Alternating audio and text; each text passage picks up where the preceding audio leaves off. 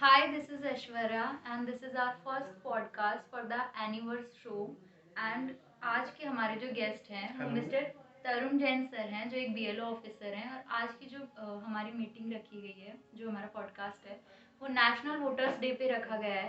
Sir please हमें बताइए कि नेशनल वोटर्स डे कब और क्यों मनाया जाता है। हेलो, आई एम तरुण। और एक्चुअल में जो है हमारा नेशनल वोटर्स डे वो 2011 से 25 जैन को पहली बार नेशनल वोटर्स डे मनाया गया था। और अब जो आने वाली 25 जैन है उस दिन नेशनल वोटर्स डे मनाया जाएगा।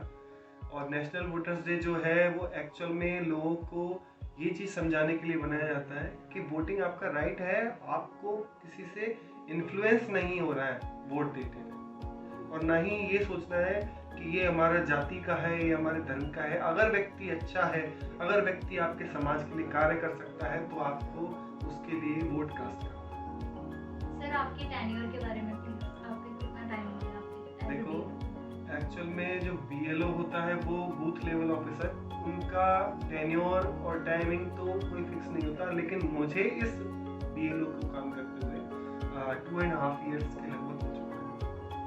सर आपके जो कवरिंग एरियाज होते हैं बीएलओ के अंडर में कितना एरिया आता है। एक बीएलओ के अंडर में 800 to 1400 वोटर्स, ये एरिया उनको दिया जाता है। और एक कॉलोनी जिसमें सब कॉलोनी डिवाइडेड है, तो एक पार्ट होता है, हर पार्ट के लिए एक बीएलओ डिसाइडेड होता है और उस पार्ट को सब पार्ट में डिवाइड कर दिया जाता है। जिसमें मान लीजिए आपकी एक कोई बड़ी कॉलोनी है और उसमें कुछ छोटे छोटे और पार्ट डिवाइड है, तो उन पार्ट्स को सब पार्ट के रूप में पार्ट के अंदर डिवाइड कर दिया जाता है। सर बीएलओ के जन जागरण कार्य क्या क्या है। बीएलओ के जन जागरण कार्य, जैसे आप बीएलओ जो है लोगों के घर घर जाकर उनके साथ में इंटरेक्ट करता है, उनको वोटिंग के लिए, उनको वोटर लिस्ट में नाम ऐड करवाने के लिए, उनके घर में अगर नाम किसी का कटवाना हो, किसी के नाम में कोई संशोधन हो, वो कार्य बीएलओ के द्वारा घर घर जाकर सर्वे द्वारा किया जाता है। इसके अलावा हमारे ग्राम सभा और वार्ड सभा का आयोजन भी कराया जाता है। इलेक्शन कमीशन कैसी होती है। देखो, परसेप्शन ऐसा है कि लोगों के बीच में भ्रांति है कि मेरे एक वोट से क्या होगा। जगह जैसे मान लो एक कोई निर्वाचन क्षेत्र है, वो सिर्फ उसी तानाशाही में चल जाता है। जैसे मान लो किसी ने किसी एक संवर्ग को बोल दिया कि, या फिर किसी एक धर्म वालों को बोल दिया कि इस जगह पर सिर्फ वो ही लोग वोट कर सकते हैं, इनके अलावा और कोई व्यक्ति वोट नहीं देगा। तो उस जगह उन लोगों की तानाशाही हो जाती है कि ये एरिया तो हमारा है, यहाँ ये दादा, ऐसा हो जाता है वहां पर। तो और पीआर में भी सेम यही होता है कि पीआर में लोगों को ये हो जाता कि किस तरह से लोगों को वोटिंग करनी है, पता ही नहीं है कि किस व्यक्ति के साथ में उनको कम्युनिकेट करना है, क्योंकि उन्होंने तो एक पार्टी को वोट दिया था। अब पार्टी में क्या था कि पार्टी वालों ने किसको खड़ा किया है। अब एक हमारे जनरल जो है कि हमें तो लोगों को क्या चाहिए कि हमारी सड़कें कौन बनवाएगा, हमारे लिए पानी की व्यवस्था कौन करेगा। तो अब यहाँ पर मान लो हमने किसी प्रत्याशी को खड़ा किया तो कम से कम उससे जाके बोल तो सकते भाई हमारे लिए ये काम कर दो।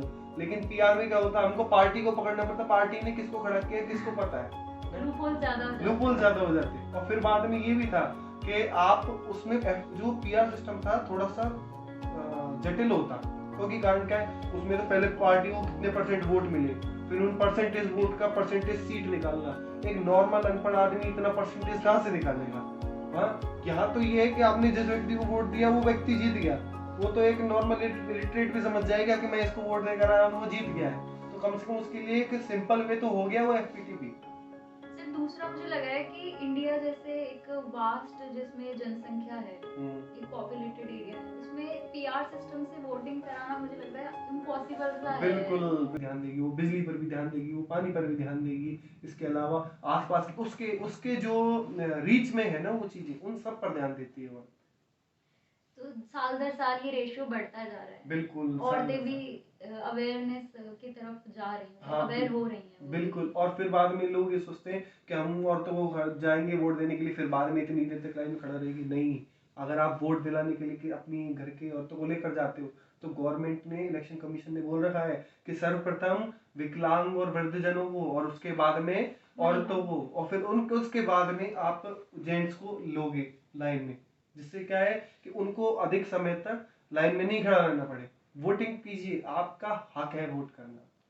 सर एक और टर्म हम यहाँ पे ऐड करना चाहेंगे कि सर इलेक्टोरल बॉन्ड्स भी आजकल बहुत हम न्यूज़ में देखते हैं। इलेक्टोरल सर आपने अपने वीडियो में इलेक्शन कमीशन चुनाव आयोग का बार बार जिक्र किया है, तो मैं चाहूँगी थोड़ा सा आप चुनाव आयोग के बारे में बात करें।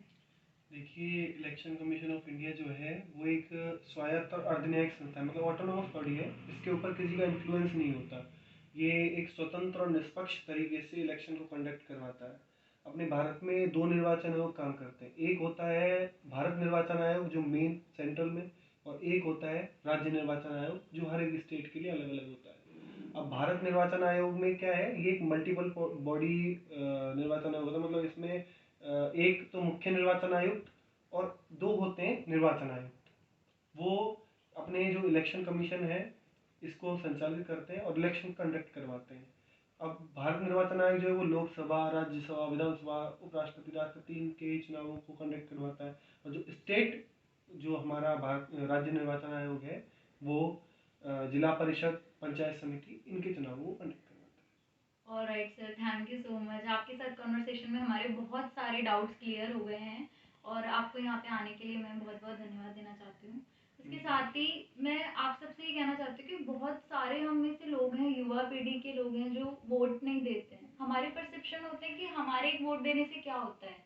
बीएलओ ऑफिसर, कैडेट के जो ऑफिसर होते हैं बीएलओ, ये घर घर जाके कैंपेनिंग करते हैं। हम लोग इन्हें सुनते नहीं हैं, हम लोग इनको रिस्पॉन्ड नहीं करते, मिसबिहेव करते हैं, हम लोग हमारी रिस्पॉन्सिबिलिटी को समझना नहीं चाहते। लेकिन ऐसा नहीं है। अगर आप बहुत डिटेल में जाएंगे ना तो देखेंगे कि कितना इनकी ड्यूटी इतनी चैलेंजिंग होती है। बहुत इनके एरियाज कभी कभी रिमोट